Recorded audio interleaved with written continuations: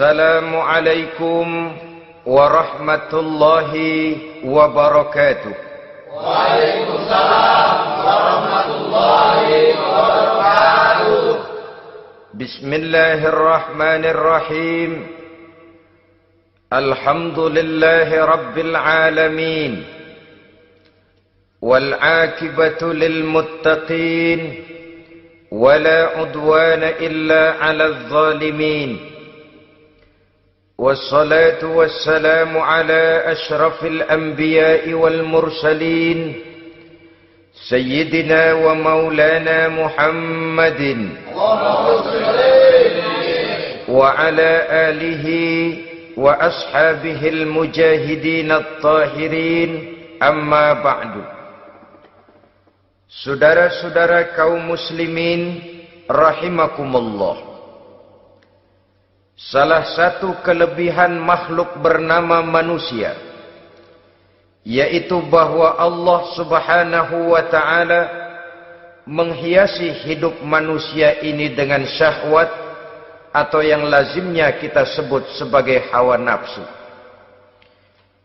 Inilah tenaga yang merupakan daya dorong yang melahirkan dinamika dalam kehidupan manusia, yang menyebabkan terus-menerus terjadinya perkembangan dalam sejarah peradaban dan kehidupan manusia.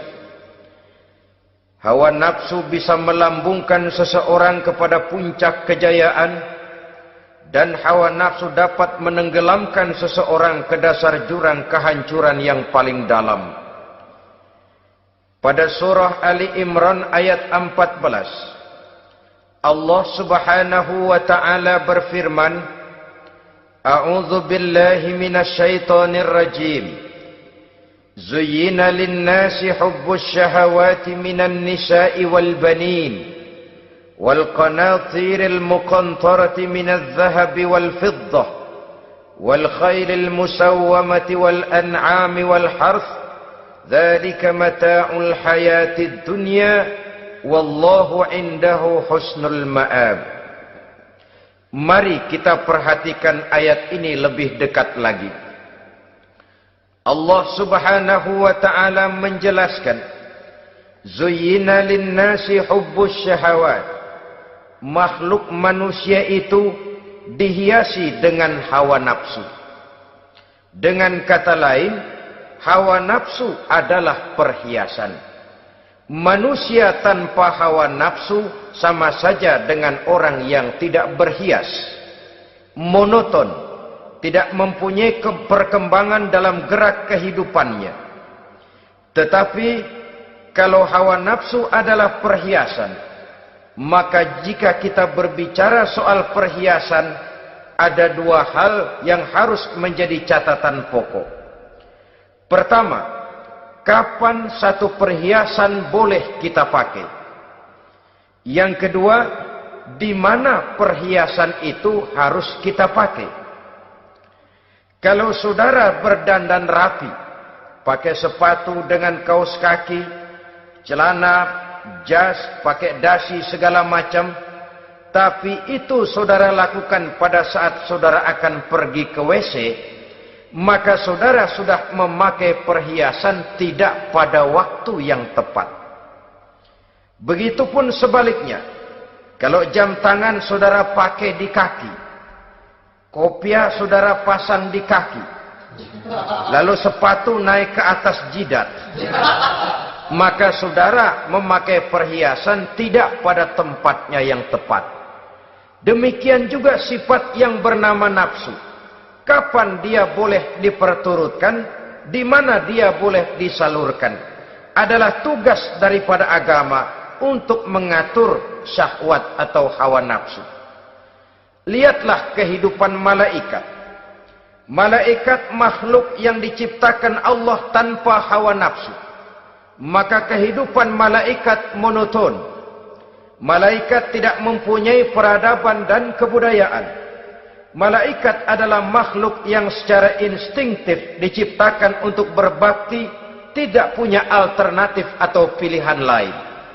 Saudara lihat, Ada malaikat yang sejak diciptakan diperintahkan untuk sujud, sujud saja sampai sekarang enggak bangun-bangun. Ada malaikat yang sejak diciptakan diperintahkan untuk tasbih, tasbih saja, yang lain tidak. Ada malaikat yang sejak diciptakan diperintahkan mencabut nyawa, nyawa saja urusannya, yang lain tidak. Pekerjaannya monoton, tetapi memang karena tidak ada hawa nafsu, tidak ada kecenderungan malaikat untuk nyeleweng. Belum pernah kita dengar misalnya ada malaikat Jibril korupsi ayat. Ini kelihatannya ayat bagus ini, nggak usah disampaikan kepada bawahan Muhammad, dipakai sendiri saja. Tidak. Kita belum pernah dengar malaikat maut keliru mencabut nyawa orang yang belum waktunya modar. Belum pernah. Malaikat itu ibadun mukramun, la ya'sunallaha fima amarahum wa yaf'aluna ma yu'marun. Maka kehidupan malaikat adalah monoton. Dinamika tidak ada, peradaban dan kebudayaan juga tidak ada. Andai kata bumi dan seluruh isinya diserahkan kepada malaikat untuk mengisinya, barangkali saudara tidak akan pernah kenal jembatan Semanggi, saudara tidak akan pernah kenal Monas, gedung-gedung bertingkat, gedung-gedung pencakar langit. Semua yang menggerakkan itu adalah karena manusia mempunyai hawa nafsu. Nah, kemudian pada kalimat berikutnya Allah memberikan rincian. Apa nafsu kepada apa yang paling menonjol dalam kehidupan manusia itu? Pertama, minan nisa, hawa nafsu kepada perempuan. Ini tentu yang ditujukan laki-laki. Dimanapun saja makhluk bernama laki-laki, kalau dia normal, tidak impoten, mesti suka kepada perempuan. Itu wajar, bin pantas alias normal. Tetapi tadi saya katakan di awal, nafsu kepada perempuan adalah perhiasan. Kapan makainya, di mana makainya, itulah tugas agama memberikan tuntunan dan aturan. Saudara-saudara kaum muslimin rahimakumullah, nafsu kepada wanita dapat mengantarkan seseorang kepada puncak kejayaan, tapi nafsu kepada wanita bisa menenggelamkan seseorang ke jurang kehancuran. Bergantung kepada latar belakang apa yang mendorong timbulnya syahwat tadi. Dengan kata lain, motivasi syahwat tadi digerakkan oleh iman dan ketakwaan, atau semata-mata karena memang syahwat yang merupakan kendaraan iblis. Penyelewengan pertama yang terjadi dalam sejarah kehidupan manusia adalah penyelewengan yang dilakukan oleh Nabi Adam alaihi salam pada saat ia memetik buah huldi. Kenapa itu dilakukan oleh Nabi Adam? Karena terdorong oleh rasa sayang dan cinta kepada istrinya Hawa. Sebenarnya Hawa lah yang merajuk, Siti Hawa lah yang membujuk, dan Nabi Adam oleh karena syahwatnya kepada istrinya memperturutkan bujukan Siti Hawa itu. Peristiwa Nabi Adam ribuan tahun yang lalu akan terus relevan sampai ke zaman kita sekarang ini. Berapa banyak orang-orang yang karena terlalu ingin menyenangkan istrinya, lalu tidak segan-segan melakukan perbuatan yang menyimpang, baik itu merugikan orang lain, merugikan masyarakat, bahkan merugikan bangsa dan negaranya. Seorang pedagang tidak akan segan-segan menipu. Sebaliknya pun begitu. Tidak jarang wanita di dalam kelemahannya bisa menenggelamkan dunia. Seorang suami yang jujur, polos, lugu, sederhana bisa jadi koruptor ulung karena didorong-dorong oleh istrinya. Istrinya barangkali bisa saja dibakar-bakar oleh tetangganya. Suaminya jujur, sederhana, kepala bagian, tempatnya basah tapi melarat. Istri rupanya tidak sabar melihat gaya hidup yang makin konsumtif, persaingan yang makin tajam. Suaminya dikipas-kipasin. Kata istrinya, bang, tetangga sebelah kita lakinya pegawai kecil, bang, tapi gelangnya kayak pelek beca. Abang ini kepala bagian tidak bisa membelikan saya macam itu, percumalah. Kata suaminya, ya bagaimana bu, gaji saya cuma segitu-gitunya. Ya namanya kepala bagian, apaan kayak sabet dulu. Kalau sudah berpikir ke arah ini, artinya sudah ngipasi suaminya untuk melakukan tindakan yang tidak wajar. Saudara-saudara kaum muslimin rahimakumullah, sejak zaman klasik sampai kepada zaman kita sekarang ini, kita melihat kecenderungan syahwat kepada wanita ini. Julius Kaisar yang katanya gagah perkasa ternyata tunduk di bawah kaki Cleopatra. Napoleon Bonaparte, the Lion of Europe, singa daratan Eropa, luas kekuasaannya, gagah perkasa tentaranya, kepada siapa dia tunduk? Ke bawah kakinya Margaret Josephine. Demikianlah di zaman kita sekarang, kita melihat di Jepang, betapa Perdana Menteri Uno didesak mengundurkan diri dari jabatan Perdana Menterinya oleh karena terlibat skandal dengan geisha. Kita juga melihat di Amerika betapa Senator Gary Hart dari Partai Demokrat yang masih muda, jenius, diharapkan masa depan Amerika lahir dari tangannya, terpaksa mengundurkan diri dari calon presiden oleh karena terlibat skandal dengan Donna Rice.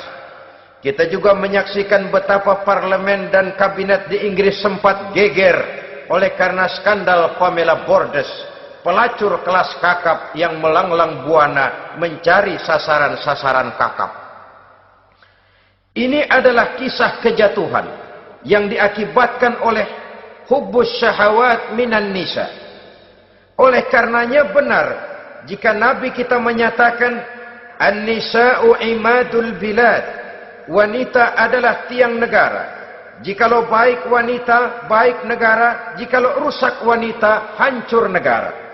Kalau syahwat kepada wanita cuma semata-mata karena syahwat, maka seorang laki-laki akan memandang wanita cuma sekedar alat pemuas hawa nafsu. Nilainya rendah. Sedangkan agama kita mengajarkan ma akraman nisaa illa karimun wa ma ahanan nisaa illa laimun, kata Nabi. Tidak akan menghormati kaum wanita kecuali orang-orang yang terhormat, dan tidak akan merendahkan derajat kaum wanita kecuali memang orang-orang yang rendah moralnya.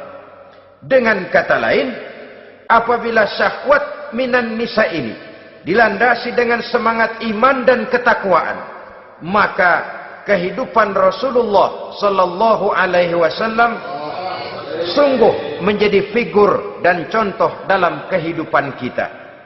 Perkawinannya bukan karena wajah yang cantik semata-mata, tapi lebih merupakan nilai ibadah kepada Allah Subhanahu wa taala. Dengan demikian, kecenderungan kepada hubbus syahawat minan nisa dikontrol oleh nilai iman. Barometernya, tolok ukurnya adalah iman. Di zaman sekarang banyak kasus kawin campur yang pada akhirnya akan membingungkan kita sendiri. Padahal Al-Quran secara jelas dan tegas memberikan bimbingan. Orang itu kalau sudah, kata Imam Syafi'i, wa ainur ridha an kulli aibin kalilatun kama anna aina suhti tubdil masawiya. Mata kalau dibalut cinta dia buta terhadap nista, tapi mata kalau dibalut benci hanya melihat yang keji-keji saja. Biasanya cinta kepada wanita memang bisa menimbulkan dorongan yang positif, tapi juga bisa membuat seseorang buta sama sekali. Dorongan yang positif paling kurang dari segi penampilan. Coba lihat lelaki kalau lagi demen perempuan, lenjeh banget kan. sisiran rambutnya rapi, teriskaan bajunya lancip, sepatunya mengkilat, kantong celananya tebel, perkara anduk isinya bukan soal. Yang penting kan gaya. Lalu dinamis, kreativitasnya ada saja timbul. Tapi pada sisi lain, jikalau orang sudah kehilangan pertimbangan, juga kadang-kadang tidak segan-segan mengorbankan akidah, mengorbankan nilai-nilai iman. Padahal ini taruhan utama, sampai Quran dengan tegas memberikan peringatan. Wala ammatun mu'minatun khairun min musyrikatin walau a'jabatkum. Perempuan budak yang hitam legam, kalau beriman itu lebih baik untuk dinikahi daripada wanita cantik berkulit kuning langsat tapi musyrik. Lebih baik budak yang hitam legam beriman daripada wanita cantik berkulit kuning langsat berhati bangsat. Tapi kita kadang kehilangan pertimbangan. Karena agama, karena cinta agama digadaikan. Karena cinta akidah terjual. Karena cinta keyakinan jadi korban. Ini semua penyakit yang datang dari hubbus syahawat minan nisa. Kecenderungan mengumbar nafsu kepada perempuan. Ini memang perhiasan, tapi bisa juga jadi bumerang dalam kehidupan manusia. Berapa banyak penyelewengan terjadi karena pengaruh wanita yang tidak bisa jadi bisa. Ini pengaruh di dalam kehidupan memang sedemikian besarnya. Sehingga saudara-saudara kaum muslimin, inilah yang perlu dikendalikan dalam kehidupan, kapan dan di mana. Kalau nafsu adalah perhiasan, kapan dan di mana perhiasan itu harus kita pakai, di mana dia harus kita tempatkan. Begitu juga yang menyangkut soal perempuan. Kapan? Ya kapan tentu kalau sudah nikah. Di mana? Yang jelas bukan di depan umum.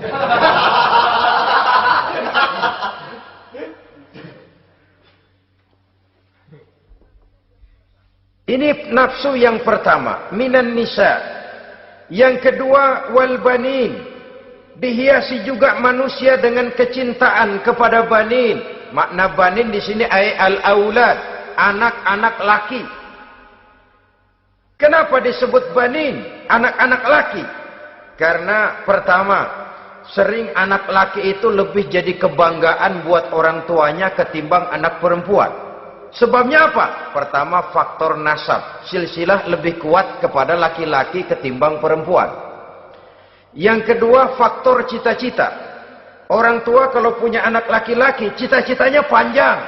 Nak, kau nanti jadi dokter ya. Nak, jadi insinyur ya. Nak, jadi pilot ya. Nak, jadi pengusaha ya. Nak, jadi presiden ya. Tapi kalau dia punya anak perempuan, paling, ya nak, mudah-mudahan nanti kamu dapat jodoh orang baik nak. Dapat jodoh orang soleh. Saudara-saudara, yang ketiga, anak perempuan itu kalau sudah berkeluarga, biasanya pindah kepada lingkungan keluarga lain. Sehingga orang berkata, punya anak perempuan banyak sebenarnya seperti agen.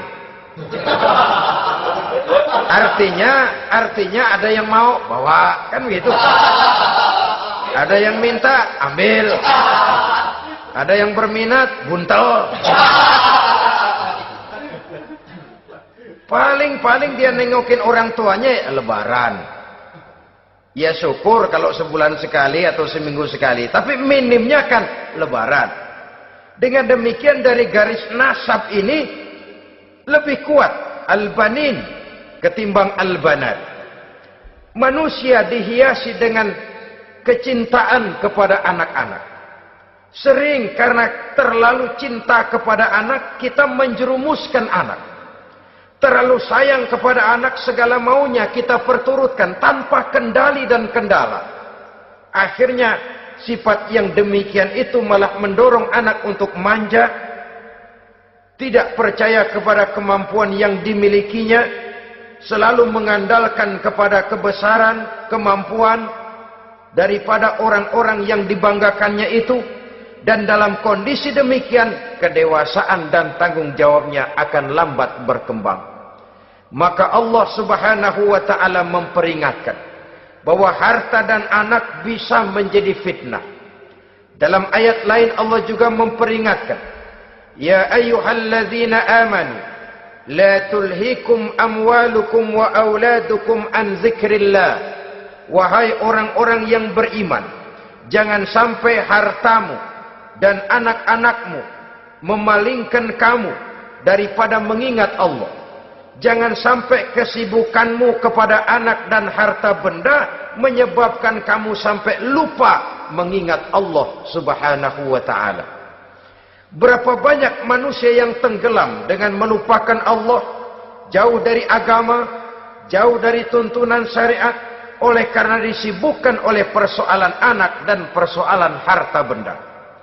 Maka satu-satunya jalan, jikalau kita tidak ingin anak kita sampai memalingkan kita daripada mengingat Allah, nilai-nilai keimanan harus ditanamkan kepada mereka sedini mungkin. Dengan bekal ini, maka mereka, anak-anak kita, insya Allah tidak akan membuat kita orang-orang tua ini berpaling daripada mengingat Allah, berpaling daripada kehidupan beragama. Memang karena anaklah kita orang tua peras keringat banting tulang, pergi pagi pulang sore cari nafkah. Karena anaklah kita orang tua, kepala jadi kaki, kaki jadi kepala. Asal mereka bisa menikmati hari depan yang lebih baik dari yang kita nikmati sekarang ini. Tapi berapa banyak juga orang-orang tua yang tidak sadar akan amanah berupa anak ini. Mereka lalai, mereka bersikap masa bodoh, padahal tidak akan ada yang tidak dipertanggungjawabkan di hadapan Allah Subhanahu wa ta'ala. Orang tua bisa mendapat pensiunan pahala kalau anaknya tumbuh menjadi anak yang soleh. Tetapi orang tua pun bisa saja masuk neraka karena anaknya menjadi anak yang kurang ajar dan orang tuanya sama sekali tidak pernah memberikan pendidikan yang sebagaimana mestinya. Saudara-saudara kaum muslimin rahimakumullah, kita tentu berharap memperoleh pensiunan pahala dan bukan mendapat tambahan dosa dari kekurang ajaran anak-anak kita akibat kita sebagai orang tuanya tidak pernah mau mendidik mereka. Dalam hadis ada diriwayatkan, ada anak kurang ajar, sembahyang tidak, puasa ibadah tidak, kenal Allah tidak, beriman pun tidak, dosa kelewat banyak, kejahatan berkarat. Di akhirat nanti disidang dia, ditanya, kamu kenal siapa Tuhanmu? Tidak. Kamu tahu siapa nabimu? Tidak. Kitab sucimu apa? Tidak tahu. Kiblatmu di mana? Tidak ada. Kamu sholat? Tidak pernah. Kamu puasa? Tidak pernah. Wah, kalau begitu kamu rusak sekali. Kamu neraka. Anak ini mengajukan protes. Saya menuntut keadilan. Benar saya tidak kenal siapa Tuhan saya. Saya tidak tahu apa kitab suci saya. Saya tidak pernah mendirikan sholat. Tidak pernah melaksanakan puasa. Pendeknya tidak ibadah dan tidak iman. Tapi semua itu terjadi. Sebab-sebabnya tidak lain karena orang tua saya tidak pernah mendidik dan mengajarkan saya. Orang tua saya tidak pernah mengarahkan saya ke jalan itu. Sampailah saya seperti keadaan yang sekarang ini. Orang tua saya enak-enakan ngaji, saya teler diantepin aja. Orang tua saya memegang kitab, saya megang botol. Dia tahu, dia diam saja. Dia tahu dan dia tidak memberikan peringatan. karena orang tua saya lah, maka saya jadi seperti sekarang ini.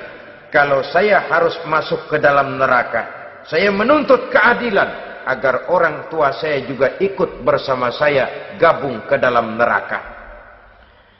Orang tuanya yang baik-baik dipanggil, sudah mau berangkat ke surga nih orang tua, dipanggil, "Ntar dulu mas, ini dulu." Mau kemana, gancang banget? Surga pak, nanti dulu urusan belum beres. Ini benar anakmu ini? Dilihat anaknya, iya anak saya ini. Waktu di dunia nggak pernah diajarin ngaji, nggak pernah. Sampai dia nggak kenal Tuhannya, nggak kenal nabinya, nggak kenal kiblatnya, nggak kenal kitabnya. Iya. Dia sembahyang, kamu dia nggak sholat, kamu diemin aja. Iya kali. Kenapa pakai kali? Yang benar ngomong. Ramadan dia nggak puasa, kamu nggak tegur, kamu diam saja. Iya. Wah, kamu nggak tanggung jawab. Kamu tahu anak itu adalah amanah. Menyia-nyiakan amanah adalah khianat. Khianat adalah dosa besar. Jadi bagaimana saya? Ya kamu gabung sama anakmu, join ke neraka berdua bareng. Lantaran kamu tidak mau mendidik mereka, anak-anakmu, maka jadilah anak-anakmu seperti sekarang ini. Saudara-saudara kaum muslimin rahimakumullah.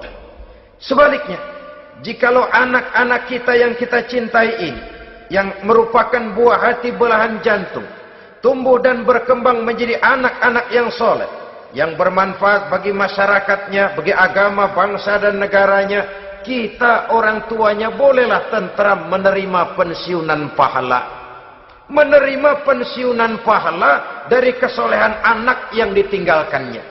Alangkah nikmatnya mendapat pensiunan pahala. Terbaring kita di bawah pohon kemboja, nilai kebaikan kita dikenal orang, nama kita akan tetap hidup. Oleh karena kita meninggalkan anak-anak yang tumbuh menjadi generasi yang soleh, bukan anak yang salah. Oleh karenanya, kecintaan kepada anak jangan sampai membuat kita lalai dari mengarahkan mereka kepada kehidupan beragama.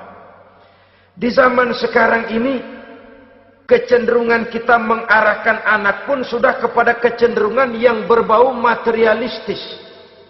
Maka yang ramai bagaimana anak bisa mengejar program MBA, Master of Business Administration, supaya keluar bisa jadi manajer.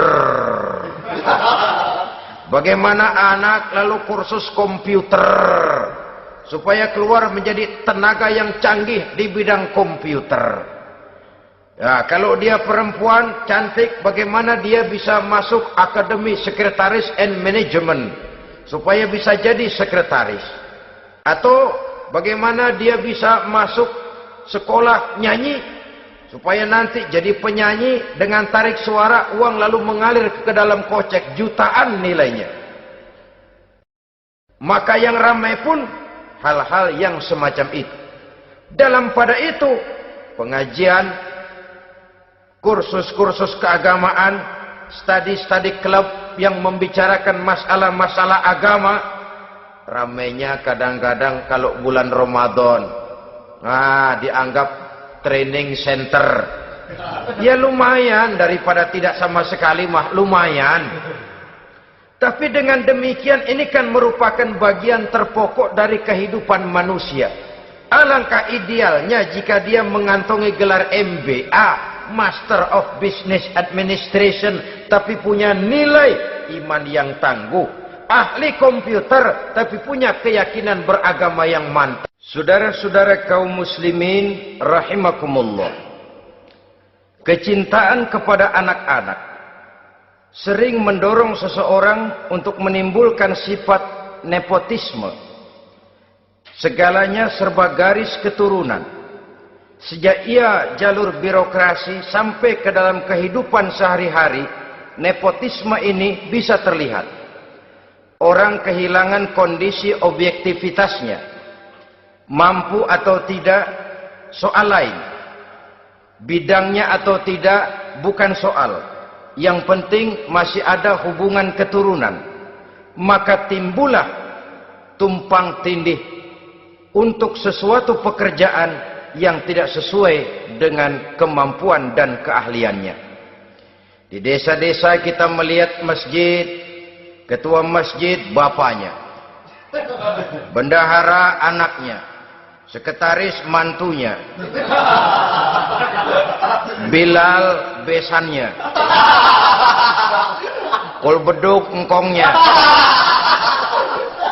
Pokoknya asal masih ada garis keturunan masuk, tidak minggir.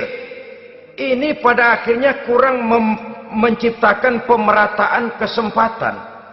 Iyalah kalau profesinya, tapi kan jarang yang demikian itu. Kita boleh cinta kepada anak-anak kita, tapi jangan lalu mempergunakan posisi yang kebetulan kita gunakan untuk menempatkan anak-anak kita lebih dari kemampuan yang mereka miliki. Nepotisme yang lahir.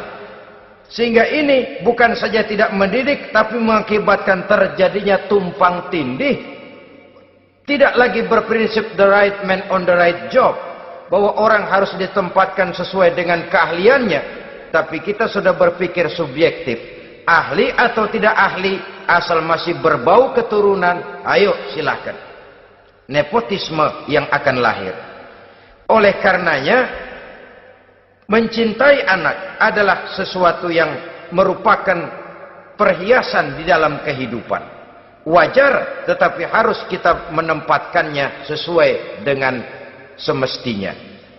Ini yang kedua. Yang ketiga, nafsu yang menghiasi hidup manusia itu adalah nafsu kepada wal qanatiril muqantarati minadz zahabi wal fiddah. Al-qantarah ay al-malul katsir. Kecintaan, kesenangan, nafsu kepada harta benda yang banyak daripada emas dan perak. Ini tentu sesuai dengan situasi dan kondisi. Kecintaan untuk mengumpulkan harta benda yang sebanyak-banyaknya. Baik itu berupa emas, baik itu berupa perak. Ini cuma penyebutan beberapa jenis dari kecenderungan manusia kepada harta benda. Bukankah sering dikatakan orang bahwa manusia di dalam berhadapan dengan harta itu seperti meminum air laut. Makin diminum, makin kering tenggorokan, makin haus kita dibuatnya. Apabila watak ini kita perturutkan, maka manusia tidak akan pernah kenal puas, tidak akan pernah kenal cukup. Nabi kita memberikan peringatan. Lau anna libni Adam wadiyani min zahabin labtagha lahuma thalisan wa la yamla'u jawfa ibni Adam illa turab. Andai kata manusia mempunyai dua buah ladang yang seluruhnya berisi emas, akan puaskah manusia? Tidak. Mereka akan cari ladang emas yang ketiga. Wala yamla'u jawfa ibni Adam illa turab. Sungguh mulut manusia ini tidak akan pernah penuh terisi kecuali kalau sudah disumpal dengan tanah. Artinya kalau sudah dia dipendam di liang lahat baru cukup. Tetapi sepanjang dia masih bergerak, masih hidup dan bernyawa, masih bisa berusaha dan berbuat, dia tidak akan pernah mengenal puas. Ini akan mendorong manusia terjebak kepada menghalalkan segala cara untuk mencapai tujuan.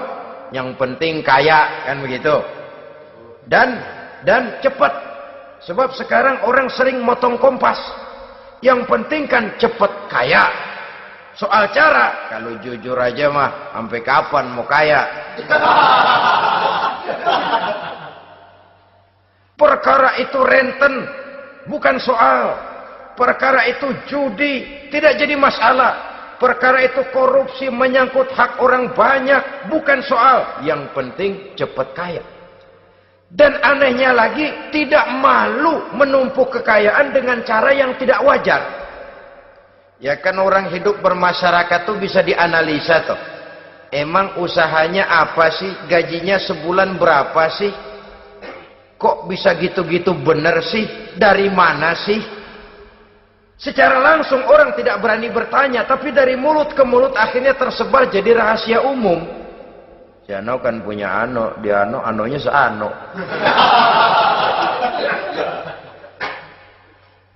Ini bisa jadi bahan pertanyaan dalam kehidupan, akhirnya jadi gunjingan. Orang sudah tidak terlalu peduli dari mana kekayaan itu diperoleh, yang penting kaya. Dengan menghalalkan segala macam cara, terjebaklah ke dalam cara-cara mafia, terjebaklah ke dalam cara-cara yang tidak wajar, tidak bijaksana, memperkuat klik, clean, dengan menghantam yang lain. Saudara-saudara kaum muslimin rahimakumullah, bahwa manusia punya nafsu ingin kaya itu boleh. Agama memberikan tuntunan, memberikan aturan. Tidak hanya sekedar asal kaya, tidak hanya sekedar asal banyak harta. Malahan hadis menyatakan, kalau saudara diberikan umur panjang, pertanyaan akhirat cuma satu kok. Umurmu kau habiskan di mana? Kalau saudara diberikan amanah berupa ilmu pengetahuan, pertanyaan akhirat juga cuma satu kok. Ilmumu kau amalkan untuk apa? Tapi kalau kita diberikan amanah berupa harta benda, pertanyaan akhirat itu dua. Min aina iktasabahu wa fima anfaqahu. Dari mana hartamu kau dapat, kemana hartamu kau belanjakan. Dari mananya ditanya, kemananya juga ditanya. Depan belakang ditanya. Dan kalau mempergunakan harta untuk kesenangan syahwat, orang berani bukan main. Tapi kalau untuk kepentingan agama, yang hakikatnya untuk kepentingan dirinya sendiri, berat seperti nyabut bambu dari ujung. Orang kalau menyumbang masjid 100.000, itu kan zohirnya memberikan panitia masjid. Tapi hakikatnya kan dia nabung buat dirinya sendiri. Seolah-olah dia cuma berkata, Pak, tolong saya titip 100.000, ini untuk kepentingan saya di akhirat nanti. Silakan uangnya mau dibelikan semen, pasir, kaca, pintu, jendela, silakan. Saya cuma titip, ini untuk saya di akhirat nanti. 100.000 Pak. Zohirnya dia memberikan kepada panitia masjid, madrasah, pesantren, yatim piatu. Hakikatnya dia nabung buat dirinya sendiri di akhirat. Malah tabungan ini bukan SDSB namanya, SDBS. Sumbangan dana berhadiah surga, itu SDBS namanya. Sekarang orang mengejar SDSB, lalu berat mengejar SDBS. Sumbangan dana yang berhadiah surga. Langsung dari Allah Subhanahu wa ta'ala. Coba kalau dia main golf, sewa lapangan golf itu 400-500 ribu sebulan. Paling 4-5 kali main. Beli stick golfnya saja sampai jutaan. Datang panitia pembangunan masjid 100.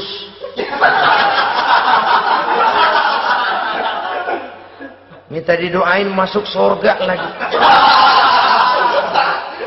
Surga 100.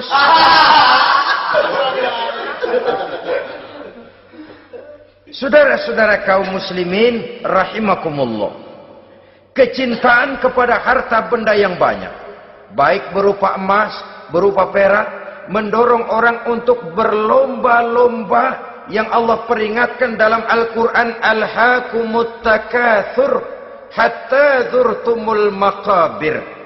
Kamu telah lalai akibat kamu berlomba-lomba memperbanyak materi dunia. Hatta zurtumul maqabir, sampai kamu dekat masuk ke liang kubur, baru rupanya sadar bahwa perlombaan ini tidak akan pernah sampai ke garis finish. Betapapun jauhnya rally Paris-Dakar, garis finishnya ada. Betapapun hebatnya medan yang ditempuh, buasnya gurun pasir Afrika, garis finishnya pasti ada. Itu kan rally yang terbuas di dunia katanya, Paris-Dakar. Tapi garis finishnya ada. Namun jikalau kita berlomba memperbanyak harta, kita tidak akan pernah sampai ke garis finish. Yang kecil-kecilan aja dah. Kalau orang ditanya, kamu kenapa sih belum mau sembahyang? Ya bagaimana mau sembahyang Pak, tinggal di Jakarta masih kontrak. Saban habis tahun diubur-ubur yang punya rumah. Kalau punya rumah sendiri walaupun kecil-kecilan saya mau ibadah Pak. Ya, diberikan rezeki oleh Allah bisa bikin rumah walaupun kecil-kecilan. Belum juga mau sembahyang. Kok belum juga sembahyang? Iya Pak, rumah emang udah punya sendiri, cuman kecil Pak. Atasnya atap, kalau hujan aja bocor.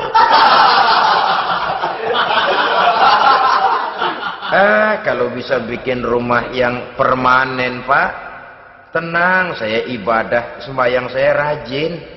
Iyalah, diberikan rezeki bisa bikin rumah permanen. Bagus rumahnya.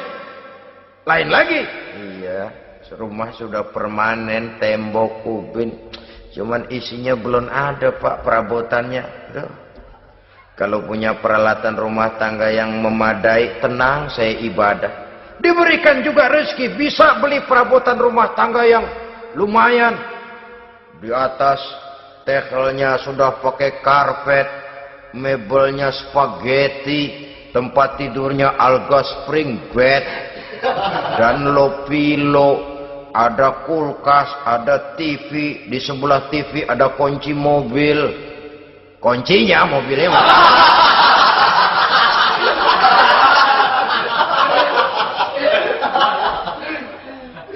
bagaimana? Sekarang sudah cukup perabotan. Perabotan sudah ada Pak, cuman kendaraan belum punya ini. Kemana-mana masih ngukur jalanan aja. Kalau punya kendaraan enak, kemana-mana cepet Pak, mau ke masjid juga getap dah, rajin. Diberikan rezeki, bisa beli kendaraan. Lain lagi nanti. Sudah punya sepeda, pengen punya motor, kepengen punya mobil, kepengen punya pesawat terbang, pengen punya kapal induk. Sudah punya kebun, pengen beli sawah, sudah punya sawah, pengen punya gunung, sudah punya gunung, laut diborong. Perlombaan materi tidak akan pernah membawa kita ke garis finish. Karena sifatnya sangat abstrak, bahkan akan mendorong kita seperti gurita. Cenderung kepada penyakit tamak bin rakus alias serakah. Dengan demikian saudara-saudara, bahwa kecintaan kepada harta merupakan nafsu, dan nafsu itu adalah perhiasan, dia bisa menjadi daya dorong positif. Kalau dalam upaya memperoleh harta itu kita tidak akan keluar dari tujuan keridhaan Allah. Saya cari nafkah, tapi yang Allah ridho. Saya ingin kaya, tapi dengan cara yang Allah ridho. Ini kunci yang akan menyelamatkan kita manusia dari perangkap menghalalkan segala cara. Ini yang ketiga. Yang keempat, dihiasi manusia itu dengan nafsu kepada wal khailil musawwamah.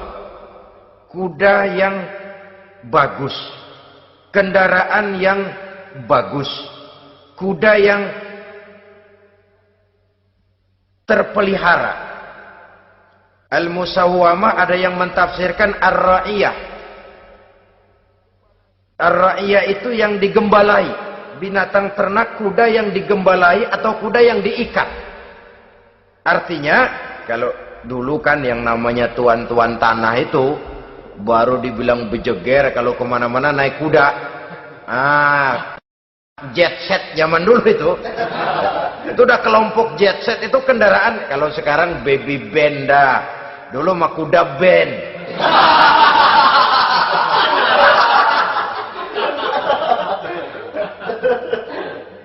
Manusia punya kecenderungan suka kepada kendaraan.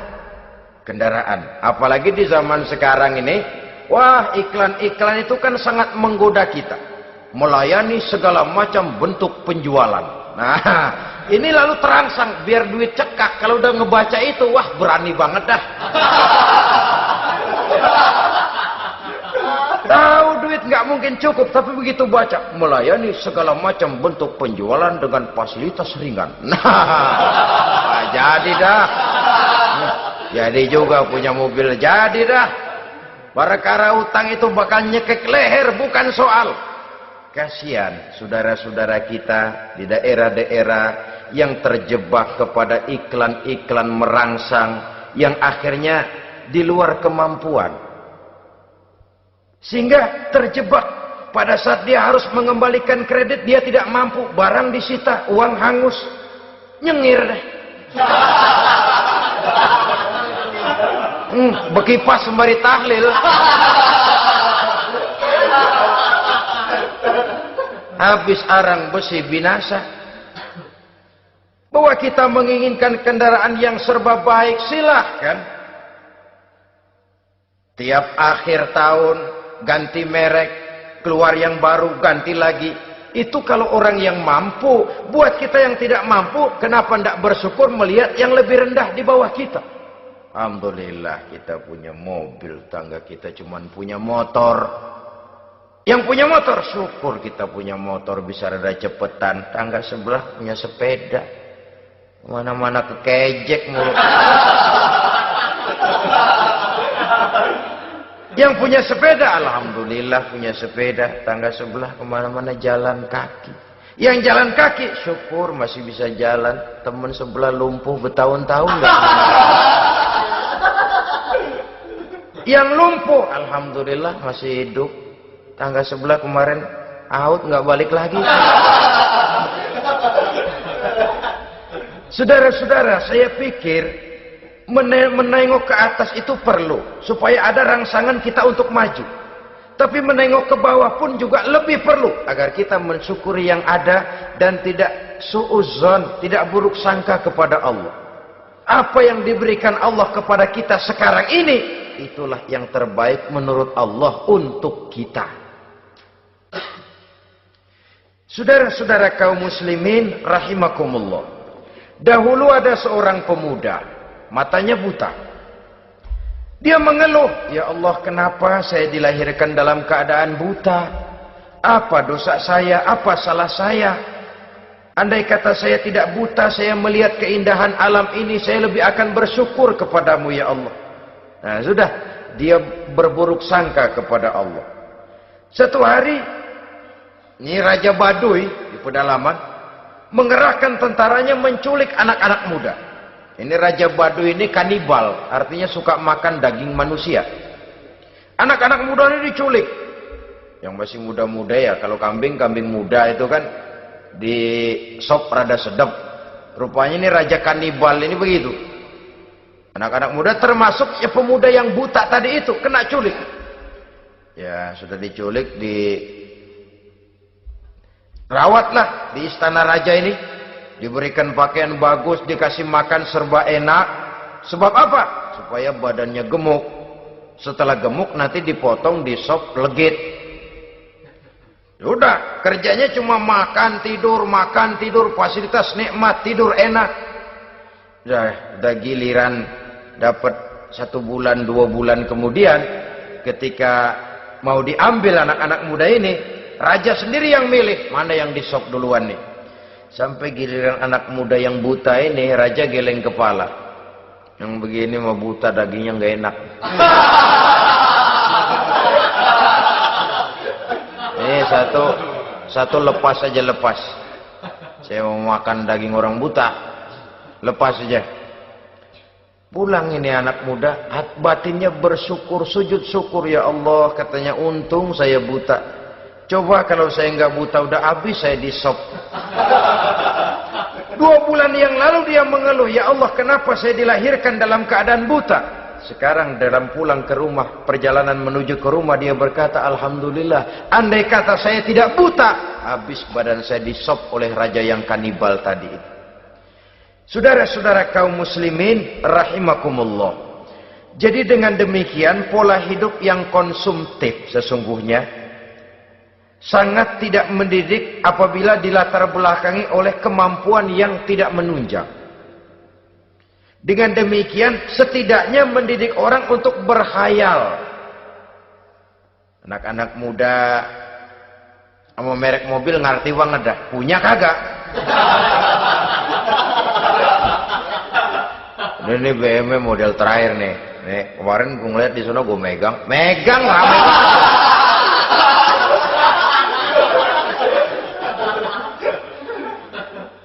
Tulul amal ini kalau tidak diimbangi dengan saluran yang positif, dia akan terjebak kepada penyakit tulul amal, panjang angan-angan. Baiklah ya, wal khailil musawwamah. Yang keempat, yang kelima maksud saya, wal an'am, cinta kepada binatang ternak. Manusia ini kan punya kecenderungan macam-macam. Setelah rumahnya bagus, hartanya banyak, kendaraannya cukup, ingin beternak. Jadilah peternak. Ini kecenderungan manusia, wajar saja sepanjang didapat dan dilakukan dengan cara-cara yang wajar. Wal hars, dan tumbuh-tumbuhan, bertani, bersawah, berladang, itu merupakan kecenderungan daripada manusia. Keseluruhan itu kata Allah, kecintaan kepada wanita, kepada anak, kepada harta benda, kepada kendaraan, kepada binatang ternak, kepada tumbuh-tumbuhan, zalika, semua itu mata'ul hayatid dunya, merupakan kesenangan hidup dunia. Berapa lama kesenangan hidup dunia? Sebentar, seumur manusia. Seumur manusia. Bahkan kadang-kadang pada saat dia masih hidup pun orang tidak sepenuhnya sempat menikmati kesenangan hidup dunia. Apabila ajal datang, selesailah kehidupan dunia sampai di situ. Orang-orang kafir, buat mereka surganya di dunia ini. Bila kehidupan di dunia selesai, selesailah sudah surganya sampai di situ. Kesemua itu janji kata Allah merupakan kesenangan daripada kehidupan di dunia. Wallahu indahu husnul ma'ab, dan Allah mempunyai tempat kembali yang sangat baik. Nah, setelah Allah menjelaskan semua itu, pada ayat yang ke-15 Allah memberikan jalan keluarnya.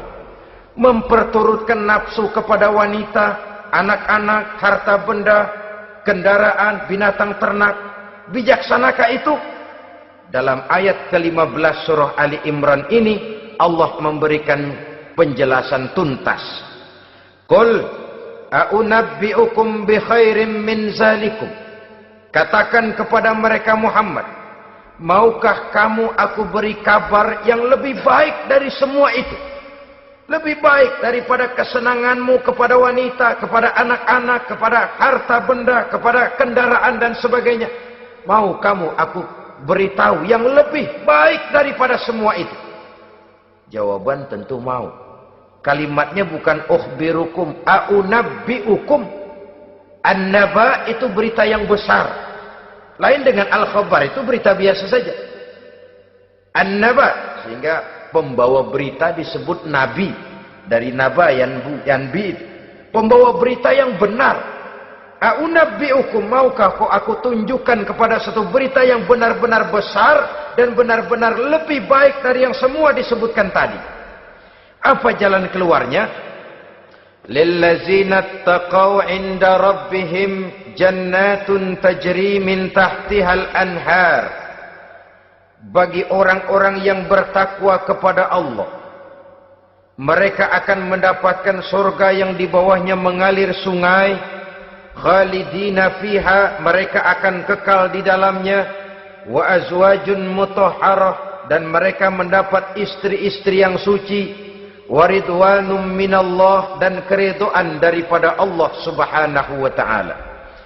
Kalau kamu hai orang-orang yang beriman, kalau kamu hai manusia menyangka bahwa nafsu kepada wanita, anak-anak, mengumpulkan harta benda, kendaraan yang menarik, binatang ternak dan tumbuh-tumbuhan itulah yang lebih baik untuk kesenangan dunia, memang itu kesenangan dunia. Tapi nih, seolah-olah kata Allah, nih, saya kasih tahu kamu, aku beritahu yang lebih baik dari semua itu. Apa?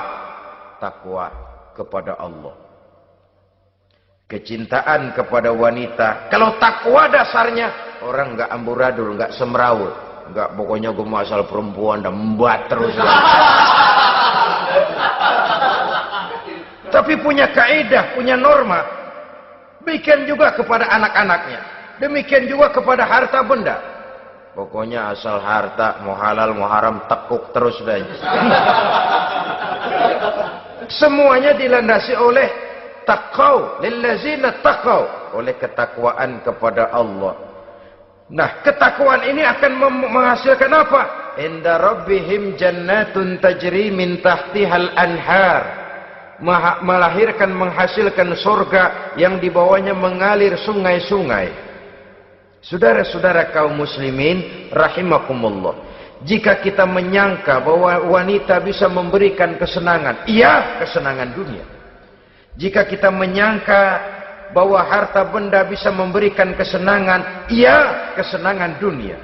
Jika kita menyangka bahwa kendaraan bisa memberikan kesenangan, iya, kesenangan dunia. Tapi kita tidak cuma ingin itu, kita ingin itu semua juga bisa membawa kesenangan akhirat. Caranya landasi dengan takwa. Kesenangan kepada wanita didasari dengan takwa. Maka jangan jadikan wanita cuma sekedar alat pemuas hawa nafsu. Kesenangan kepada anak-anak dilandasi dengan takwa. Maka anak-anak diarahkan kepada jalan yang diridhoi Allah. Kesenangan kepada kendaraan dilandasi dengan takwa, maka kendaraannya selalu mengarah berjalan menuju jalan takwa, diridhoi oleh Allah Subhanahu wa taala. Kalau tidak, tuh mobil asal lempengan Ancol gancang banget dah. Tapi giliran dihadapin ke masjid, mogok melulu. Urusan ngaji ada aja halangannya tuh kendaraan. Tapi kalau untuk urusan maksiat, ngebut benar-benar. Dilandasi dengan ketakwaan. Sehingga dengan demikian, tidak hanya sekedar surga di dunia ini, tapi lebih-lebih di surga di akhirat nanti. Khalidina fiha, kekal. Kalau dunia ini kan zillun zail, bayangan. Hari ini kita jaya, besok kita bangkrut. Siapa yang mau menghalangi? Hari ini kita melambung, besok kita nyungsep. Siapa yang bisa menarik? Tidak kekal, berubah, temporer, relatif.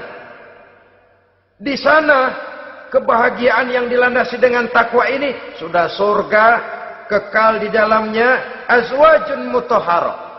Mendapat istri-istri yang suci. Suci dalam arti belum pernah dijamah orang lain. Suci dalam arti tidak pernah terkena halangan. Seperti men misalnya. Baik menstruasi atau mencret, itu tidak. Azwajun mutahharah. Konon makna mutahharah ini ya artinya juga bisa selalu gadis. Bidadari itu. Selalu perawan. Tidak pernah janda. Walaupun tiap hari dipakai. Perawan terus. Dan yang lebih penting, waridwanum minallah, mendapat ridho dari Allah Subhanahu wa taala. Jadi hawa nafsu dengan motivasi takwa, itulah sesungguhnya yang dikehendaki oleh Ali Imran ayat 14 dan 15. Dengan demikian, manusia dengan ketakwaannya mengendalikan hawa nafsu dan bukan malah dikendalikan oleh hawa nafsunya.